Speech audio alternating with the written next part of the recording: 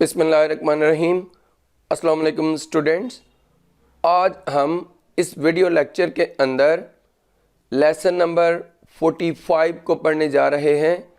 इसके अंदर मैं आपको पढ़ाऊंगा be plus used to in present tense.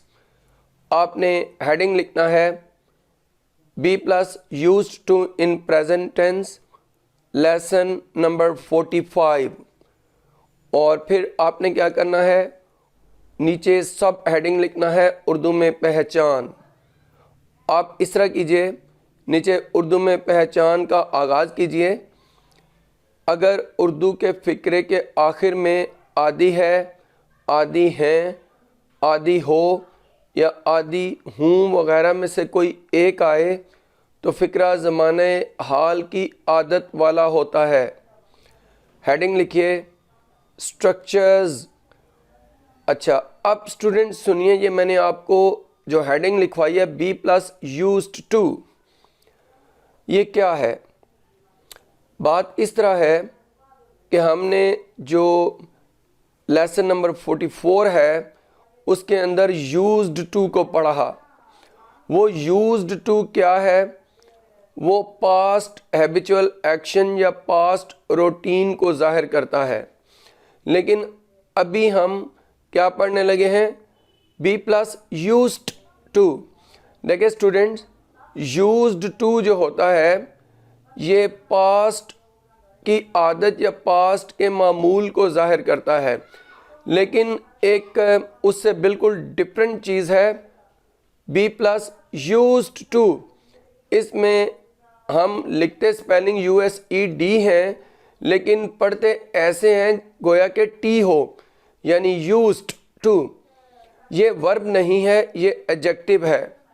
अच्छा, और उससे पहले जो बी है ये क्या है भाई? बी असल में वर्ब के तौर पे यूज़ होगा। यूज्ड टू एडजेक्टिव है, इसका मीनिंग है आदी।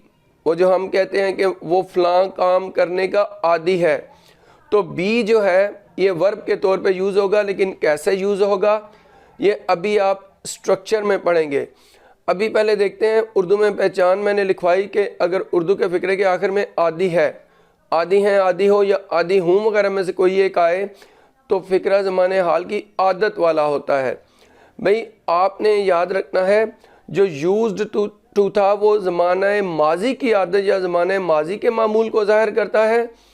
और बी प्लस यूज्ड टू जब प्रेजेंट टेंस में यूज़ किया जाए तो ये ज़माने हाल की आदत को ज़ाहिर करता है। यहाँ पर मैं ये मेंशन करता चलूँ कि बी प्लस यूज्ड टू का पास्ट में भी इस्तेमाल किया जाता है और फ्यूचर टेंस में भी इस्तेमाल किया जाता है। वो पास्ट, इसका जो इस्तेमाल है पास्ट का, वो लेसन 46 में मैं पढ़ाऊँगा, और जो फ्यूचर में इसका इस्तेमाल है लेसन नंबर 47 में पढ़ाऊँगा। तो अभी क्या है, ये आपने हेडिंग लिखी है स्ट्रक्चर्स। तो सबसे पहले अफर्मेटिव स्ट्रक्चर लिखिए, सब्जेक्ट प्लस इज एम या are plus used to plus first form plus ING plus rest of the sentence. Student ये क्या है स्ट्रक्चर? आप ज़रा गौर कीजिए। मैंने बोला सब्जेक्ट प्लस इज एम या आर, फिर उसके बाद क्या? Plus used to. तो ये यूज्ड टू से पहले मैंने हेडिंग में तो बी लिखवाया था, स्ट्रक्चर के अंदर बी मौजूद ही नहीं, तो फिर बी कहाँ गया? स्टूडेंट याद रखिए, अगर बी को हेडिंग में लिखवाया जाए तो बी से मुराद होती है is am are, was were, shall be या विल बी और बीन। ये इससे सारे मुराद होते हैं वर्ब। अब हमने इसे तमाम टेंसेज यानी प्रेजेंट, पास्ट, फ्यूचर में इस्तेमाल कर सकते हैं।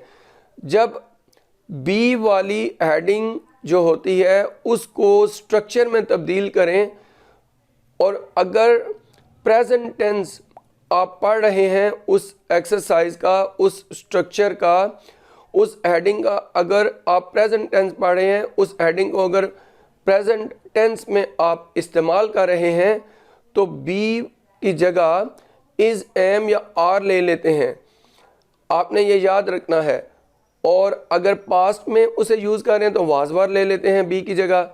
अगर फ्यूचर में यूज़ कर रहे हैं तो बी की जगह शैल बी विल भी ले लेते हैं, अगर परफेक्ट टेंस में यूज़ करें तो बी की जगह बीन ले लेता है। लेकिन यहाँ पर क्या है, प्रेजेंट टेंस, तो इसलिए हमने इज़, एम, आर का इस्तेमाल किया बी की जगह। समझें बी इन का जो सरबराह है और ये is, am, are, was, were, shall be, will be, been सारे इसके बच्चे हैं। तो प्रेजेंट टेंस में ये अपनी रिप्रेजेंटेशन करवाता है इज़, एम, आर से, पास्ट टेंस में वाज, वार से, फ्यूचर में शैल बी, विल बी से और परफेक्ट में बीन से। तो ये प्रेजेंट टेंस है, इसलिए इज़, एम, आर यहाँ पर आया। और उसके बाद हमने एडजेक्टिव के तौर पे यूज्ड टू, ये लिखेंगे यूज्ड, पढ़ेंगे यूज्ड, इसका मीनिंग है आदी होना यानी आदी। और फिर जो फिक्रे में एक्शन होगा, जो काम होगा जिसका आदी होता है फिक्रे का सब्जेक्ट, उसको first form of verb plus I N G के तौर पर लिख के आगे रेस्ट ऑफ द सेंटेंस यानी बाकी सेंटेंस को लिख दिया जाता है। तो अब आप इसकी एग्जांपल ले लें। वो चाय पीने का आदी है, लिखें he is used to taking tea. Student देखिए, जब भी उर्दू के फिक्रे के आखिर में आदी है आएगा, आदी है आएगा, आदी हो आएगा, आदी हूँ आएगा, तो आपने ये स्ट्रक्चर यूज़ करना है। देखें ये प्रेजेंट टेंस का स्ट्रक्चर है, ये प्रेजेंट टेंस का जुमला है, सब्जेक्ट ही के बाद इज़, एम, आर में से एक आना चाहिए, तो ही है तो इसके साथ इज़ आता है। फिर आदि की इंग्लिश यूज टू की, और चाय पीना टेकिंग टी, तो he is used to taking tea. आगे लिखिए मैं मेहनत करने का आदी हूँ, I am used to working hard. तो देखें आई के बाद एम यूज टू आदि की इंग्लिश, मेहनत करना वर्किंग हार्ड। तो स्टूडेंट्स ये अफर्मेटिव सेंटेंस का स्ट्रक्चर और उसकी एग्जांपल्स थी।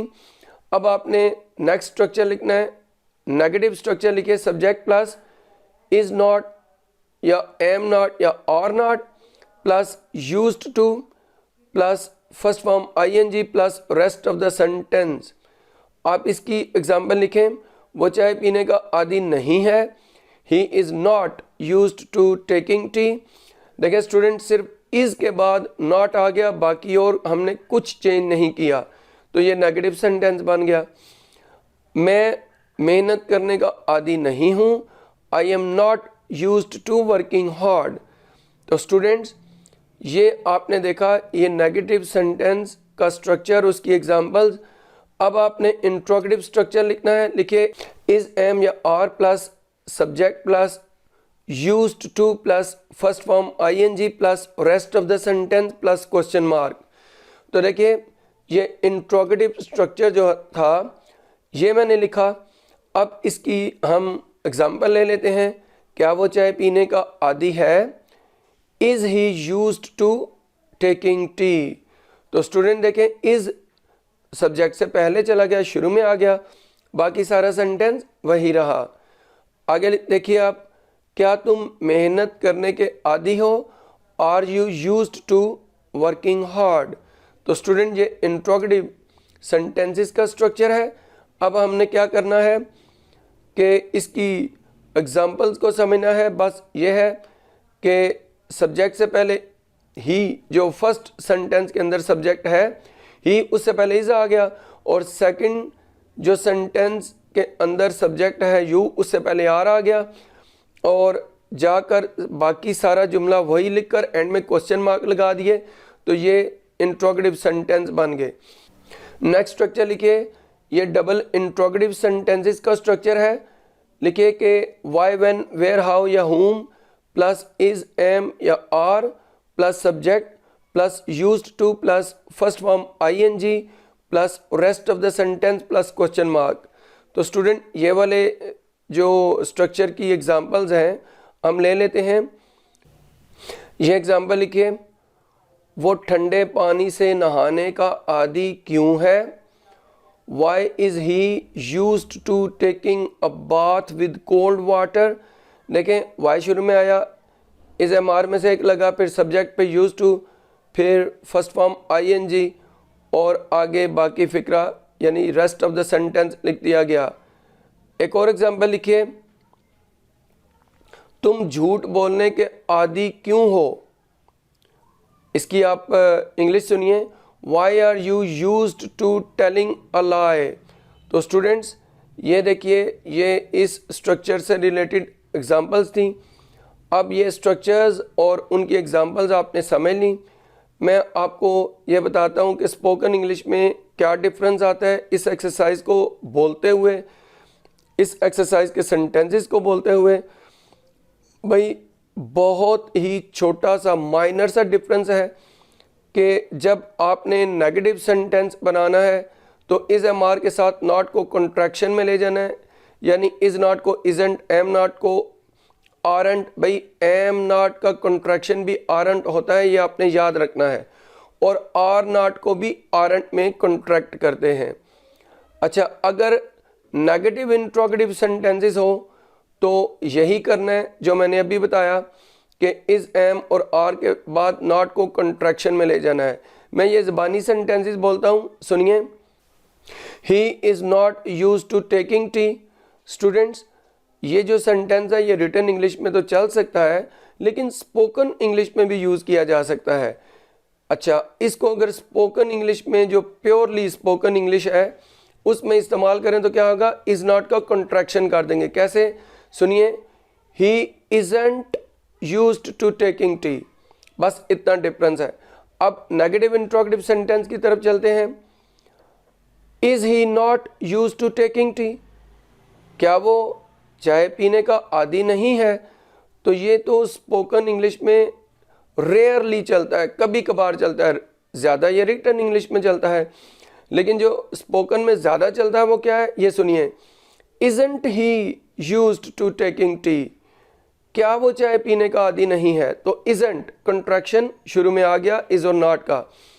तो स्टूडेंट ये तो आपने ज़बानी सुना, लेकिन अब जो क्वेश्चन टैग होता है यानी कंफर्मेशन के लिए है ना बोलते हैं हम, एक स्टेटमेंट देकर अपने सामने वाले शख्स से कोई बात कंफर्म करवाना चाहते हैं, वो मैं आपको सेंटेंसेस लिखवाऊंगा। आप ज़रा गौर कीजिए, मैं ये लिखवाने जा रहा हूँ। He is used to taking tea, वो चाय पीने का आदी है, ये पॉजिटिव स्टेटमेंट है। तो फिर अगर सामने वाले शख्स से हम कहें है ना, यानी वो चाय पीने का आदी है ना, उससे यानी कंफर्म करवाना चाह रहे हैं, तो क्या होगा, आगे लगाएं comma, isn't he question mark. तो इजंट का आई जो है वो स्मॉल रहेगा, कॉमे के बाद आया है। तो स्टूडेंट देखिए, ये कॉन्ट्रैक्शन है किसका, पॉजिटिव स्टेटमेंट वाले का, इजंट ही। लेकिन अगर स्टेटमेंट नेगेटिव तो हो तो क्या होगा, सुनिए। He is not used to taking tea, वो चाय पीने का आदी नहीं है। है ना की इंग्लिश क्या होगी, कॉमा लगाएं, इज ही क्वेश्चन मार्क। तो देखें, इज का आई कॉमे के बाद संभाल रहेगा, और इजंट ही के बजाय इज ही बोला कॉन्ट्रैक्शन में। ये जो है ना की इंग्लिश है उसकी वजह यह है कि जो स्टेटमेंट है वो नेगेटिव है। स्टूडेंट ये सब कुछ था इधर तक।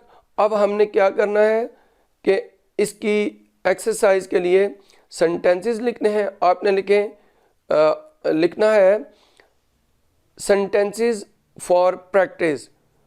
तो ये सुनिए स्टूडेंट, वो क्रिकेट खेलने का आदी है, he is used to playing cricket.